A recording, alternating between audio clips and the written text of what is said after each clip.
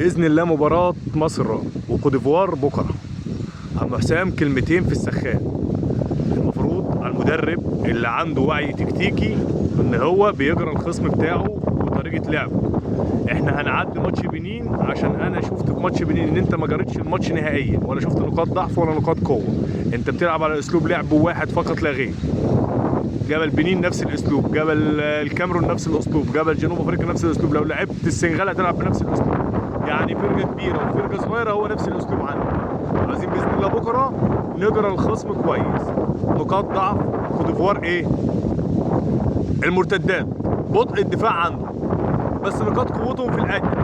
عندهم عبدو ديالو وعندهم دايموندو اسرع اتنين عندهم، وبيلعبوا بلعب الضغط العالي، يعني بيعمل بريسنج عليك عالي وبيضغط على خط دفاعك. فباذن الله بكره عايزين خط الدفاع يبقى متيقظ، كورته تخرج سليمه، نحاول نخرج الكره بقدر الامكان عشان نعمل تحولات. طب شكلنا الهجوم هيبقى ازاي؟ ارجح بكره باذن الله امام عاشور يبقى مكان ابراهيم عادل مع نزول زيزو على الجناح الثاني. الخطه بتاعتنا خط الدفاع زي ما هو، مفيش غير ياسر ورامي وحمدي. فتوح هيبقى ناحيه الشمال، وناحيه اليمين محمد هاني عشان مفيش غيره برضه. معانا ثلاثه في نص الملعب، مروان خلي امام يميل قدام فتوح، ونخلي زيزو قدام محمد هاني. يبقى كل واحد بيلعب في مركزه فيهم. ليه انا حطيت امام ما حطيتش ابراهيم عادل؟ هو تريزيجيه كده مصاب، ولو تريزيجيه جاهز كنت هحط تريزيجيه، بس تريزيجيه مصاب.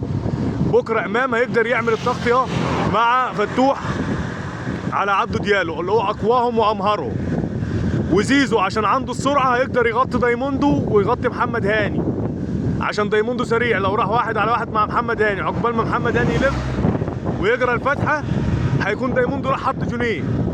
الواد شراره، فمحمد هاني هيستقبل ومش هيزيد. بكره مش عاوزين زياده الاجنحه الا في فترات من المباراه، لا قدر الله دخل فينا جون حصل حاجه لا يزيدوا عادي. غير كده طول ما احنا بنطول المباراه معاهم، الفرق بتاعه افريقيا بالذات بتزهق وبتمل وبتفقد تركيزها. فاحنا ممكن نطول المباراه ونوصل اكسترا تايم وممكن نروح بلنتات. ان كوت ديفوار مش بنين، كوت ديفوار عندها اللي يخلص، عندها الكواليتي قدام عالي جدا. هيضغطوا عليك ضغط عالي، هيحاولوا يلعبوا على اطراف كتير، فاحنا نقدر نأمن الطرفين بتوعتنا. زيزو يأمن مع محمد هاني اليمين، زيزو عنده السرعه يقدر يغطي سرعات دايموندو، وفي الشمال امام عنده النزعه الدفاعيه قويه يقدر يغطي مع فتوح على عبده ديالو في الاختراقات، عشان لو ديالو راح واحد على واحد هيزعل اي حد. عنده المهاره وعنده الكواليتي اللي يقدر يخليه يعدي واحد واثنين. فلما نحط اتنين قدامه هنقدر نعملها. صلاح يأخر شويه ومرموش يقدم سنه. صلاح يأخر شويه عشان يعمل الاسيست. صلاح يبقى في قلب الملعب، هو الوحيد اللي اول ما اللعيبه تمسك الكره المفروض انها تدي لصلاح. وصلاح اوتوماتيك زي اللي عملها في ماتش بنين وخرج مرموش ومرموش ضيعها، لا يقدر بكره يخرجه مره واثنين وثلاثه. بس النقطه المهمه اللي لازم نبقى عارفينها وفاهمينها كويس، ان احنا ما عندناش رفاهيه تضييع الفرص. احنا كل ماتش حلوين ووحشين بنضيع فرصتين ثلاثه راس راس. الماتش اللي فات مضيعين، صلاح مضيع فرصه راس راس ومرموش رايح انفراد من نص الملعب، وصل عند الجون وزي ما يكون واحد طلع على المعاش ما عرفش ينزل، راح عند الجون ما عرفش يعمل، لا راح مسلمها للحارس. انت ما عندكش الرفاهيه في الماتشات دي كلها.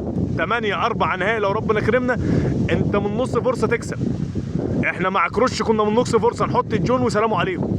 لازم ان اللعيبه ما يبقاش عندها رؤونه في تضييع الفرص. يبقى عم حسام نركز، خلي عندنا صبر، ما نستعجلش بالتغييرات، ما نفتيش وحياة النبي. ماتش بكره ما ينفعش فيه ابراهيم عادل. ابراهيم عادل مش هيغطي، ابراهيم عادل حلو في القداميه بس التغطيه الدفاعيه على الابيض، هيخلي واحد على واحد مع فتوح وهيعريه. لو اتخطفنا بجون في الاول لازم يبقى عندنا صبر، مش نفتح الملعب، نصبر له هنقدر نتعادل. انما انت لو تفتكر ماتش المغرب جابوا فينا اول جون والمغرب كانت اقوى منا، قدرنا نصبر ونتعادل، وقدرنا الحمد لله بنطول في الماتش في الدقيقه 116 117 اهي تريزيجيه حط الثاني وكسبنا. الماتشات دي عاوزه صبر بقدر ما استعجلش. لو جيت فيك جون في اول ربع ساعه ولا اول ثلث ساعه وفتحت الملعب هتشيل كتير، عشان عندهم السرعات قدام، واحنا خط الدفاع عندنا بسم الله ما شاء الله بطء السنين، سلحفه ما تجري.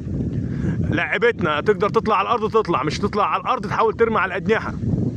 ولصلاح يأخر سنه في قلب الملعب عشان يعمل الاسيستات لعمر، وتخلي عمر اللي يكمل من صلاح، عشان صلاح عنده الملكه في الاسيست وعمر عنده الملكه في السرعه. وربنا يسترها ويعدي ماتش بكره على خير.